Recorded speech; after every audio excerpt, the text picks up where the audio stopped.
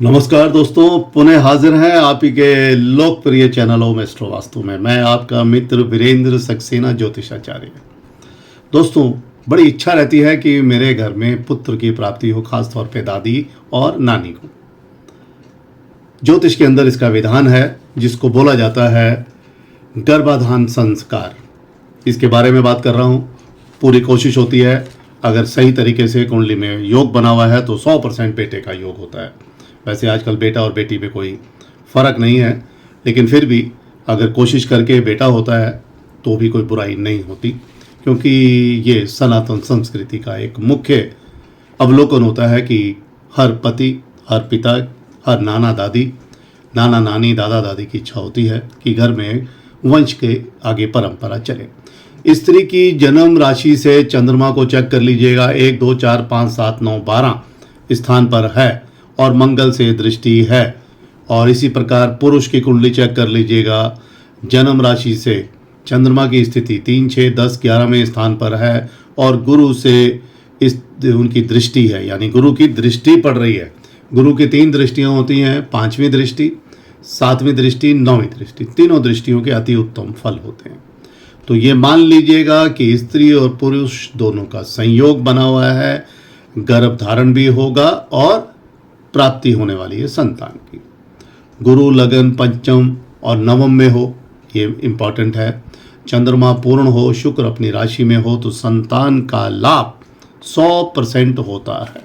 एक और विशेष बात होती है, पहले ये बेसिक बातें जान लें, फिर हम आपको बताएंगे किस पीरियड में आप ट्राई करेंगे तो संतान बेटे के रूप में होगी। ये सारी बातें ज्योतिष की हैं, ज्योतिष की विद्वान किताबों में लिखी हुई हैं, प्राचीन ग्रंथों में लिखी हुई है, इसमें मेरा कोई योगदान नहीं है। संतान के लिए विशेष रूप से बेटे के लिए क्या देखना है? भाव को, पहला मुख्य लगन, 5वां संतान, 9वां जो होता है भाग्य। तीनों को, इसको धर्म त्रिकोण बोलते हैं। यहाँ के स्वामी 6 8 12 में नहीं जाएं। इनका कोई भी स्वामी, यानी जो इनमें बैठे हैं उनका स्वामी 6ठे भाव में नहीं जाए, 8वें में, 12वें में। इसको त्रिक भाव बोलते हैं। इससे प्रॉब्लम आ जाती है, लेट होती है, या संतान होगी 100% होगी, बेटे की प्राप्ति की बात हो रही है, इसलिए ये नहीं होना चाहिए। गुरु और राहु एक साथ ना हो, चंडाल योग बन जाता है, ये भी एक प्रॉब्लमेटिक है, क्योंकि गुरु आपको बेटे के रूप में प्रसिद्धि दिलाने वाला है। गुरु नीच का नहीं होना चाहिए। गुरु का नीच का कब होता है ये भी मैं बता देता हूँ। शनि की एक राशि होती है मकर, कैप्रिकॉर्न बोलते हैं। यहाँ अगर गुरु बैठा है तो नीच का बन गया, ये बेटे का सुख रोक लिया। मंगल नीच का नहीं होना चाहिए। ये ग्रह ऐसे हैं जो पुरुष ग्रह हैं, सूर्य, मंगल, गुरु, ये नीच के हो गए तो फिर बेटे का योग बनते बनते रुक रहा है। उपाय तो बताएंगे, होगी, जरूर होगा। उससे पहले मैं एक निवेदन जरूर कर दूं दोस्तों, चैनल को सब्सक्राइब नहीं कर रहे हो, क्या बात है, करिए ना, चैनल को सब्सक्राइब कर लीजिएगा।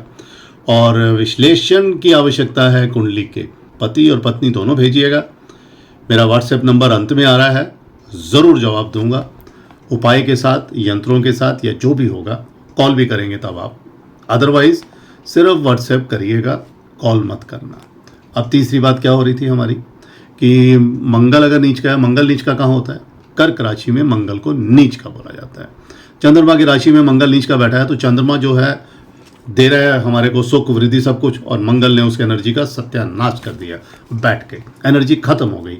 यही फिजिकल रिलेशन नहीं बनने के कारण तलाक का योग भी बन जाता है। और सूर्य और शनि अगर बैठे हुए हैं, सूर्य और शनि भी बैठे हुए हैं, अच्छे हैं, इनमें से कोई एक उच्च राशि का है तो बन जाएगा योग, लेकिन इनमें से कोई भी नीच राशि का है तो गड़बड़ है।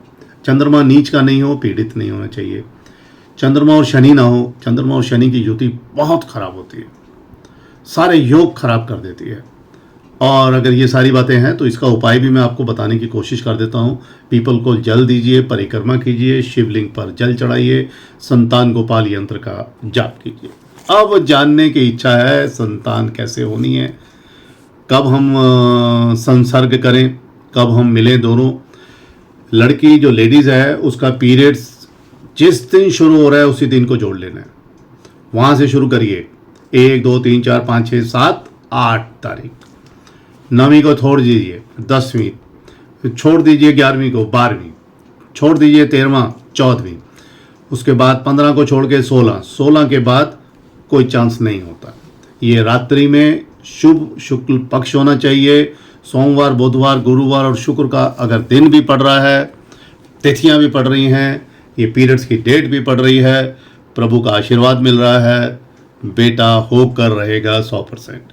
कोशिश कीजिएगा। एक और विशेष बात, जब संतान बेटे के रूप में प्राप्ति की इच्छा है तो ड्राई फ्रूट्स ज़्यादा खाने हैं। ये भी एक सैद्धांतिक बात नहीं है, ये भी ज्योतिष की बात है। और हमारे को कम से कम खाना है। क्या चीज़ यूज़ करना है?